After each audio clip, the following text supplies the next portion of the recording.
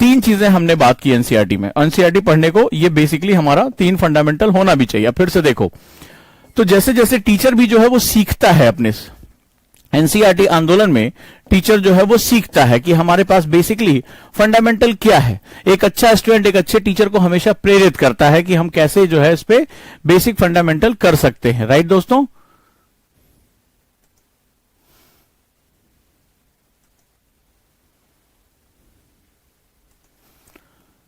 तो आप लोगों के साथ जब मैंने मेहनत की, आप लोग ढेर सारे मिथक के साथ आए थे। ढेर सारे मिथक में आपने देखा था सर फैक्ट पढ़ना है, सर पहाड़ याद करना है। मैंने जब उसमें नए तरीके से बताया, नए तरीके से नोट्स बनाना सीखा, तो शुरुआत में कुछ उलझन हुई, लेकिन जब धीरे धीरे आप मेरे साथ गए सर मजा आने लगा। एनसीईआरटी हमारी होने लगी है, अब समझ में आ रहा है कि इसमें बीटीएल क्या होता है, अंडरस्टैंडिंग क्या होती है।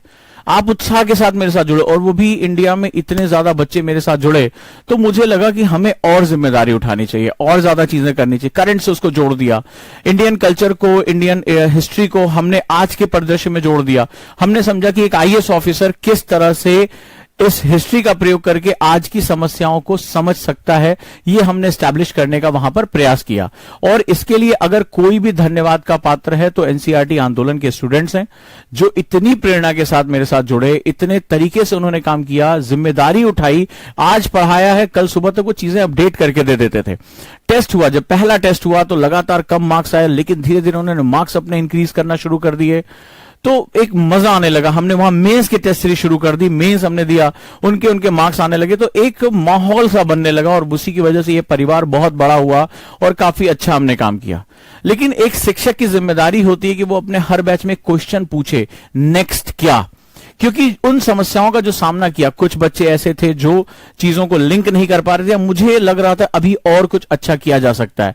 इस बार एनसीईआरटी आंदोलन बैच में वो कुछ नया मैं लेकर आ रहा हूं। वो एक जो कमी मुझे लग रही थी, ये और भी बेहतरीन हो सकती है, ये इनोवेशन मेरी जो एक क्षमता है उसको बढ़ा सकता है, स्टूडेंट को अपने सब्जेक्ट की डेप्थ में लेकर जा सकता है, उसको मैंने जो है शुरू किया। तो अब हम यहां बात करते हैं एनसीईआरटी आंदोलन की। तो एनसीईआरटी आंदोलन के कुछ डायमेंशन क्रिएट हुए। जैसे सबसे पहले हमने शुरू किया बीटीएल, यानी बिटवीन द लाइन। इसको समझते जाना, between the line. Between the line का मतलब होता है कि ढेर सारे एनसीईआरटी के फैक्ट्स नहीं रटने। ढेर सारी मार्केट में किताबें हैं, उनके क्रक्स आ रहे हैं, कोई उसके नोट्स बना रहा है, उसमें ढेर सारा जो है इंफॉर्मेशन दे दिया है। बीटीएल कहता है इसके अंदर अंडरस्टैंडिंग क्या होगी, छुपा हुआ मतलब क्या होगा, आप इसको समझ लो। एनसीईआरटी तुम्हारे लिए बहुत छोटा है, इसीलिए जब एलडब्ल्यूएमआई नोट्स हम क्लास में बनाते हैं तो वो क्या होता है, सिकुड़ता हुआ वो एक पेज के अंदर आ जाता है, और आपके लिए ये आसान होता है। आपने पूरा चैप्टर उठाया और उसके साथ लिंक कर दिया। इसके बाद जब बीटीएल होता है तैयार, तो बीटीएल के साथ तैयार होता है जो एनसीईआरटी, चूंकि एनसीईआरटी पहले ही पेज पे कहता है कि भाई हम अंडरस्टैंडिंग डेवलप करना चाहते हैं। हम एक स्टूडेंट में, स्पेशली जो यूपीएससी एग्जाम देने जा रहा है, उसको हम रॉट लर्निंग से दूर करते हैं। आपके पास एनसीईआरटी होगी, अभी आप खोल लो और पहला ही पेज निकाल लो, जो प्रीफेस या आमुख के नाम से है, कि एनसीईआरटी क्या कहना चाहता है। आप उसमें देखोगे भाई हम आपकी जो है रॉट लर्निंग नहीं बढ़ाना चाहते, हम आपको मगअप करना नहीं सिखाते हैं, हम आपको ये कहते हैं कि आप कितना जो है अंडरस्टैंड कर पाते हो अपने सराउंडिंग्स, उसमें लिखता है सराउंडिंग्स को। और यूपीएससी का एग्जाम यही, इसीलिए इसको सामान्य अध्ययन कहा जाता है, सामान्य ज्ञान नहीं कहा जाता। मैं इस पर कई बार बात कर चुका हूं, इसको जो है जनरल स्टडीज कहा जाता है। तो जनरल स्टडीज के केस में यानी कि सामान्य रूप से मेरे आसपास जो कुछ भी चल रहा है, मुझे उसको विश्लेषण करने यानी उसको एनालिसिस करने की पावर होनी चाहिए। जब मैं उसको एनालिसिस कर पाऊंगा तो मेरा जो क्या होगा, अंडरस्टैंडिंग और इंटरडिसिप्लिनरी अप्रोच, ठीक है, इंटरडिसिप्लिनरी अप्रोच क्रिएट होता है, यानी अंतर विषयक ज्ञान होता है। अंतर विषयक का मतलब जो होता है वो ये होता है, आप एक सब्जेक्ट से दूसरे सब्जेक्ट में अथॉरिटी के साथ इंटर कर जाएं, ठीक है, और एक दूसरे को क्या करें, लिंक कर दें। इंटर करके आप लिंक कर दें, आप सोसाइटी को इकोनॉमी के साथ, इकोनॉमी को पॉलिटी के साथ, पॉलिटी को अभी होने वाले बदलावों के साथ, ग्लोबलाइजेशन से जो है इंडियन कल्चर को जोड़ने की आप हिम्मत रख सकें। तो जब आप इस तरह से इंटरडिसिप्लिनरी अप्रोच करते हैं तो ये यूपीएससी की रिक्वायरमेंट होती है। इसके बाद जब इतना कुछ होता है तो हमारे पास नोट्स भी बहुत ढेर सारे होने चाहिए, लेकिन वो स्मार्ट नोट्स होने चाहिए। Right, smart notes. Smart notes का मतलब होता है कम से कम चीजों के साथ, और ऑर्गेनिक नोट। स्मार्ट नोट की सबसे खास बात होती है ऑर्गेनिक होते हैं। ऑर्गेनिक मतलब आज मैंने पढ़ाया, मैंने कुछ स्मार्ट नोट बनाया, लेकिन कल को आपने कुछ और जोड़ा, आज कुछ नया आया, आज आपने देखा मैंने कल्चर पे डिस्कस किया, आज अगर आप जो है उठाकर देख लें और आज जो डिबेट आई है इंडियन एक्सप्रेस में और जागरण में, तो आप देखेंगे वहां पर जो है वो भारत की भूमि सनातन के बारे में काफी कुछ है। अब आपको कुछ उसमें नया मिला, आपने उठा के अपने नोट्स में डाल दिया, तो गुरु गुड़ और चेला शक्कर हो जाता है, चेला आगे निकल जाता है, यही इसकी सबसे खास बात होती है। तो स्मार्ट नोट्स जो ऑर्गेनिक हो, क्या हो ऑर्गेनिक, यानी इसमें हमेशा वृद्धि की संभावना बनी रहे, इसीलिए हम लोगों ने क्या डेवलप किया, LWMI, less word more information. ये जब तीनों आप कम से कम मिलाते हैं तब एनसीईआरटी का जो एक जिसे कहते हैं एसेंस, जो उसकी खुशबू होती है वो तैयार हो जाती है। क्लियर है? तो यहां पर हमें सबसे ज्यादा ध्यान देने की आवश्यकता है। क्लियर? चलिए, तो अब हम लोग एनसीईआरटी को 3 तरीके से पढ़ना है, लेकिन अब चूंकि इस तरह से मैंने पढ़ाया और उसका मुझे रिजल्ट मिला, बच्चों ने तमाम तरह के जो एग्जाम दिए, प्री एग्जाम, तमाम स्टेट एग्जाम्स और भी दिए, और उनको वो फ्लाइंग कलर्स के साथ निकले। सबसे बड़ी बात, आगे फर्दर जो है वो मेंस की स्टडी करने में उनको इतनी आसानी हुई कि अब उनको सब्जेक्ट समझ में आने लगा, और टीचर की पहली जिम्मेदारी होती है कि वो सब्जेक्ट को समझा सके, अटैचमेंट बढ़ा सके, ताकि आप जो भारी भरकम किताबें, रेफरेंस बुक है, उनमें भी पढ़ने में, उनको तैयार करने में आपको कोई हिचक नहीं होनी चाहिए। तभी होता है जब सब्जेक्ट का बेसिक और अंडरस्टैंडिंग हमारी क्लियर हो जाती है। तो ये 3 चीजें जो होती है आज की बेसिक रिक्वायरमेंट है। अब इस बार मैं क्या नया लेने जा रहा हूं इस पे हम बात करेंगे, और सबके लिए मैंने ये कर दिया है क्योंकि एनसीईआरटी बहुत भारी भरकम डॉक्यूमेंट है। एनसीईआरटी एज अ टीचर मैं जानता हूं कि जब उसको आपको LWMI में क्रिएट करना होता है तो पसीने छूट जाते हैं। आज भी मुझे हर क्लास से पहले उतनी ही मेहनत करनी पड़ती है, उतना ही जो है वो एक तकलीफ होती है कि कैसे इसको शॉर्टर वे में लेकर जाएं, कैसे इसको इंटरलिंक करें, करंट से इसको कैसे जोड़ें। बहुत ही ज्यादा एक मेहनत वाला काम होता है। तो अगर टीचर के रूप में मेहनत वाला काम आपने देखा कि मैं अपने हाथ से बने हुए नोट्स आपसे पढ़ा, पूरे टाइम आपने मेरे हाथ से बने हुए नोट्स पढ़े, कभी मैंने कोई स्लाइड नहीं, कभी कोई जो है वो पावर पॉइंट नहीं, कुछ नहीं, मैं अपने हाथ से ही नोट्स बनाता हूं और अपने स्टूडेंट से भी उम्मीद करता हूं कि वो इसी तरह से काम करे। क्योंकि मैंने कहा ना कि सीखने की विधियां होती है, एनएलपी ट्रेनर होने के नाते I listen, I forget, I see, I remember, I do, I learn. मैंने सुना, मैं भूल गया, मैंने देखा, मुझे याद रहा, मैंने किया, वो मेरा हो गया। ठीक है, मैं हमेशा के लिए उसको सीख गया। तो आई डू, आई लर्न, जब आप अपने नोट्स टीचर के साथ बनाने जाते हो तो हम पीडीएफ कल्चर का इसीलिए बहुत विरोध करते हैं। क्लियर है दोस्तों?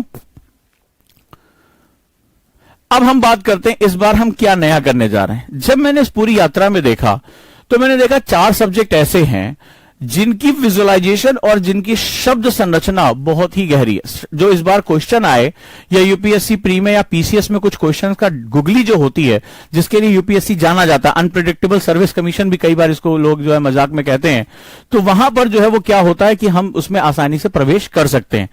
क्या चीज होती है? कुछ सब्जेक्ट्स की बात करूं अगर इसमें, ठीक है, तो एनसीईआरटी में कुछ जर्नीज को हमें विजुअलाइजेशन करना पड़ता है। वो सब्जेक्ट कौन कौन से जरा ध्यान से समझिए। ज्योग्राफी, राइट, इसके बाद है एनवायरमेंट, पर्यावरण, इसके बाद है आर्ट एंड कल्चर, और इसके बाद है हिस्ट्री। मुझे लगा ये चारों एक लंबी यात्रा को अपने साथ रखते हैं। इनका जो स्वरूप है वो काफी अमूर्त है। पॉलिटी का स्वरूप फिर भी हमारे संविधान के आसपास और संविधान के जो तीनों अंग हैं उसके रूप में वो जुड़ा हुआ, चाहे कार्यपालिका, विधायिका या जो है वो हमारी न्यायपालिका है। ज्योग्राफी में भी एक बहुत बड़ा हिस्सा स्टैटिक है। हमें पता है कि हमें जलवायु विज्ञान, हमें जो है जैव भूगोल, भू आकृति विज्ञान, ये सब पढ़ना है। लेकिन उसके बाद भी ज्योग्राफी में एक हिस्सा ऐसा आता है जिसमें मानव भूगोल प्रवेश करता है, ह्यूमन ज्योग्राफी प्रवेश करता है। और ये जब मानव भूगोल जब प्रवेश करता है तो ये जाकर जुड़ जाता है आर्ट एंड कल्चर से। मेरी बात को ध्यान से समझिएगा। आखिर ये आर्ट एंड कल्चर किसके द्वारा और किसके लिए है? फॉर हुम, ये किसके लिए है और किसके द्वारा है? By whom. तो ये जब आप देखेंगे कि आर्ट एंड कल्चर शुरुआत से ही मानव के साथ, मानव भूगोल के साथ जुड़ा। अब एकदम नई चीज बता रहा हूं इंटरडिसिप्लिनरी अप्रोच को क्रिएट करने के लिए। लेकिन जब हम मानव भूगोल पढ़ते हैं तो हमें मानव के अधिवास यानी सेटलमेंट के बारे में पढ़ना, उसकी जो यात्रा होती है। हमें पढ़ाया जाता है कि भाई हिस्ट्री में एक अलग सेगमेंट है, आप आर्ट एंड कल्चर में जाएंगे, आप वो फलाना गुफाओं के बारे में पढ़ेंगे, आप फलाना चीजों के बारे में पढ़ेंगे। तो मानव भूगोल भी अपने आप में, क्योंकि जब आर्ट एंड कल्चर पढ़ते हैं तो इसमें आप आर्ट एंड कल्चर, कला और संस्कृति, तो जो सांस्कृतिक हिस्सा है, चाहे वो इतिहास का हिस्सा हो चाहे वो भूगोल का हिस्सा हो, जो सांस्कृतिक विन्यास है वो दोनों में है। वो भूगोल में भी है और वो इतिहास में भी है। तो सांस्कृतिक विन्यासों में अगर हम अलग अलग लोगों को देखें तो जो आर्ट एंड कल्चर होता है वो वहां के मानव के जो अभिव्यक्ति होती है अपने, चाहे वो पत्थरों में हो, मूर्तियों में हो, आर्किटेक्चर में हो, कहीं पर भी उसकी अभिव्यक्ति के रूप में देखा जाता है। सो यहां पर अगर आज आप देखिए ध्यान से, जो ह्यूमन ज्योग्राफी है, जो मानव भूगोल का पार्ट है, क्या आपको नहीं लगता कि वो आर्ट एंड कल्चर से रिलेटेड है? ये जो आर्ट एंड कल्चर है वो मानव के लिए और मानव जो है वो आर्ट एंड कल्चर के लिए जुड़ा हुआ है, हाँ या ना? मैं आपकी सहमति चाहता हूं अगर मेरी बात आप तक पहुंच रही है कि इंटरडिसिप्लिनरी अप्रोच क्रिएट किया जा सकता है, एक जर्नी को लिंक किया जा सकता है। ये मेरी इस बार की नई खोज है, ये इस बार का एक मेरा आपके लिए एक नया इनोवेशन है। पिछली तीनों में तो मैं आपको मास्टर बना ही दूंगा, चाहे वो बीटीएल हो, चाहे वो एलडब्ल्यूएमआई हो और चाहे वो इंटरडिसिप्लिनरी अप्रोच हो। लेकिन इस बार एक नई जर्नी हम क्रिएट करने जा रहे हैं, चौथा डायमेंशन क्रिएट करने जा रहे हैं। घेर लेना हमें यूपीएससी को और बढ़ा देना एनसीईआरटी का वेटेज प्रीमियम की 50% तो मैं अकेले इसी के दम पे ठोक दूंगा, लेकिन उस तरीके से फैक्ट पढ़कर नहीं कि एनसीईआरटी का फैक्ट याद कर लिया और आप यूपीएससी में जाके आप 50% क्वेश्चन दे आओगे। क्वेश्चन समझ में आएगा तो ऑप्शन समझ में नहीं आएगा, ऑप्शन इतने ज्यादा टेढ़े टेढ़े होते हैं।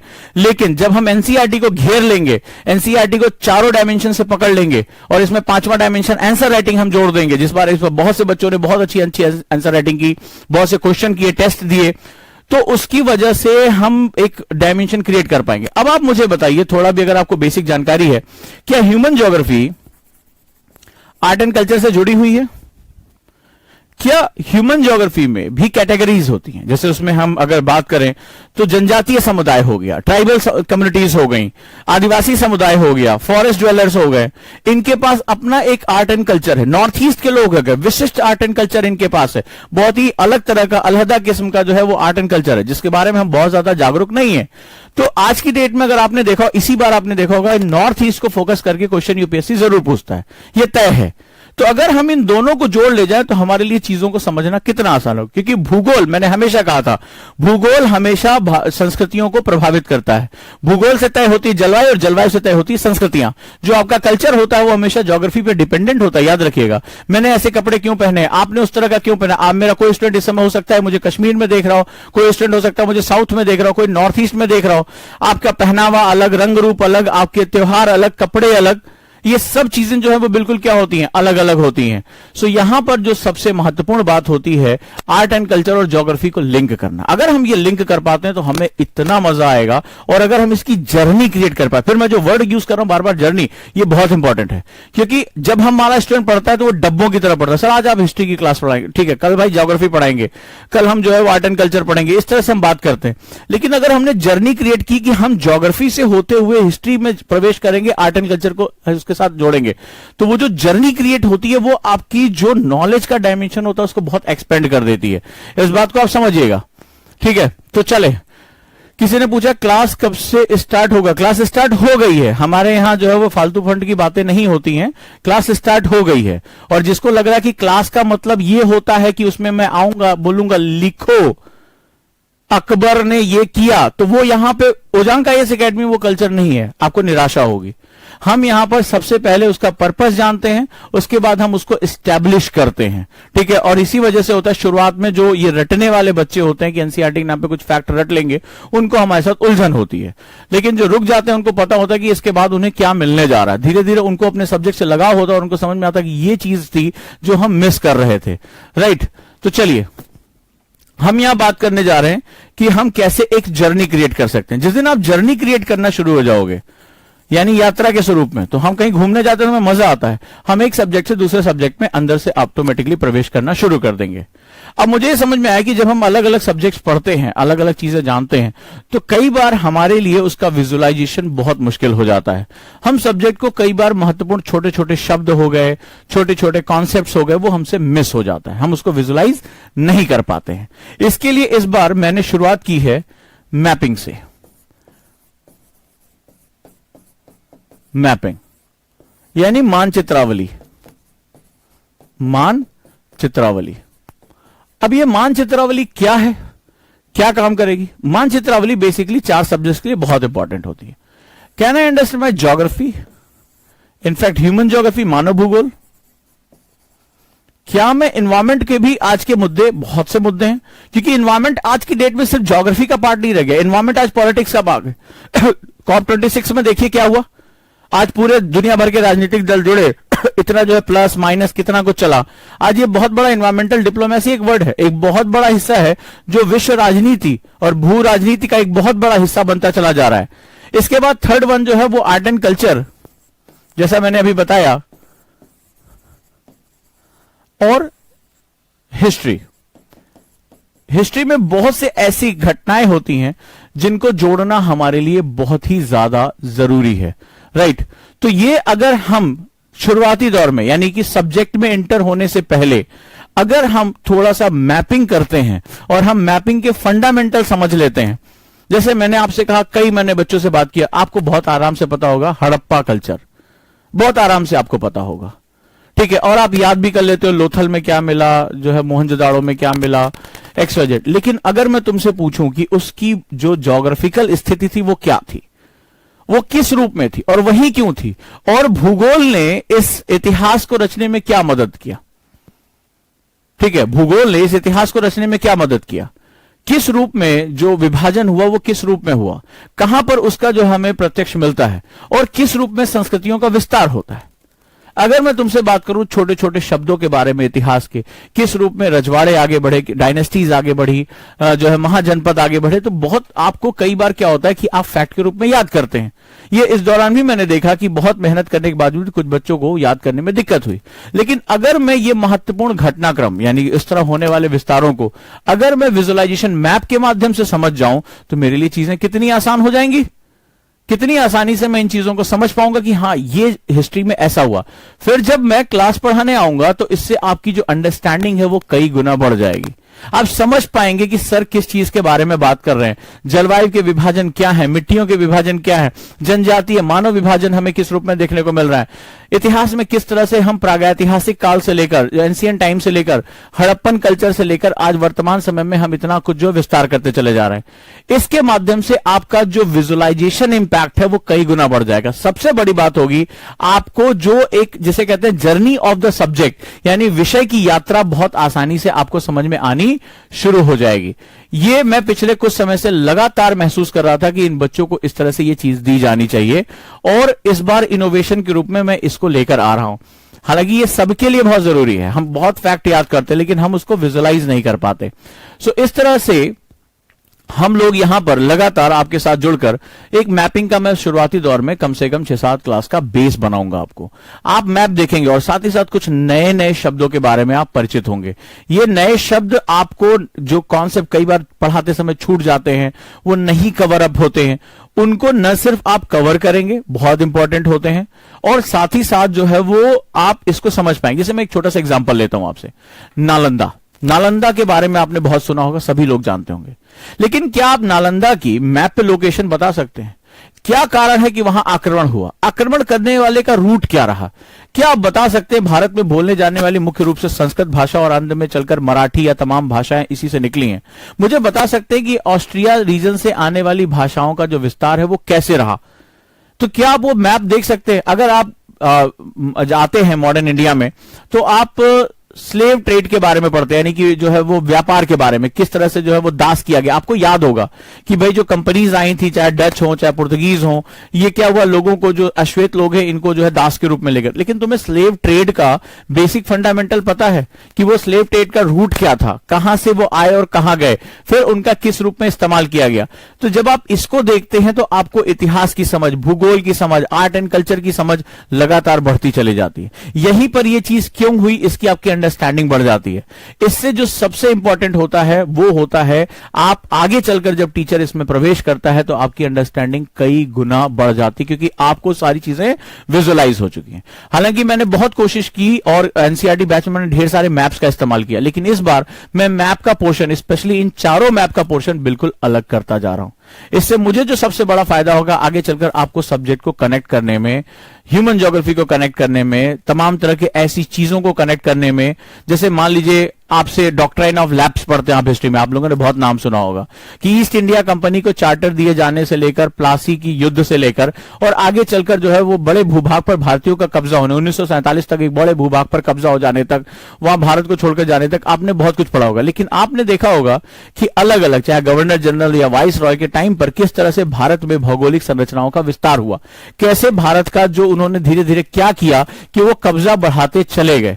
और इस तरह अगर आप उसको विजुलाइज कर पाते हो कि क्या उन्होंने अटैक किया, किस तरह से अटैक किया कि धीरे धीरे वो उन्होंने 200 सालों के अंदर भारत के पूरे भूभाग पे यानी इंडियन सब कॉन्टिनेंट के पूरे हिस्से पर उन्होंने अपना कब्जा जमा लिया, तो इससे आपकी अंडरस्टैंडिंग कई गुना बढ़ जाती है। एग्जांपल लेता हूं, ठीक है, आज एक बेसिक फंडामेंटल के साथ जाता हूं। तो मैं सबसे पहले आप सभी को आमंत्रित करूंगा इस मैपिंग की क्लास में। एनसीईआरटी बेस्ड पूरी मैपिंग रहेगी और इन चारों सब्जेक्ट्स को मैं बैलेंस करने का प्रयास करूंगा कि आपको एक बेसिक संरचना जो है वो पता चले, फिर आगे एनसीईआरटी को जोड़ने में आपको बहुत मदद हो जाएगी। चलिए शुरू करते हैं हम लोग।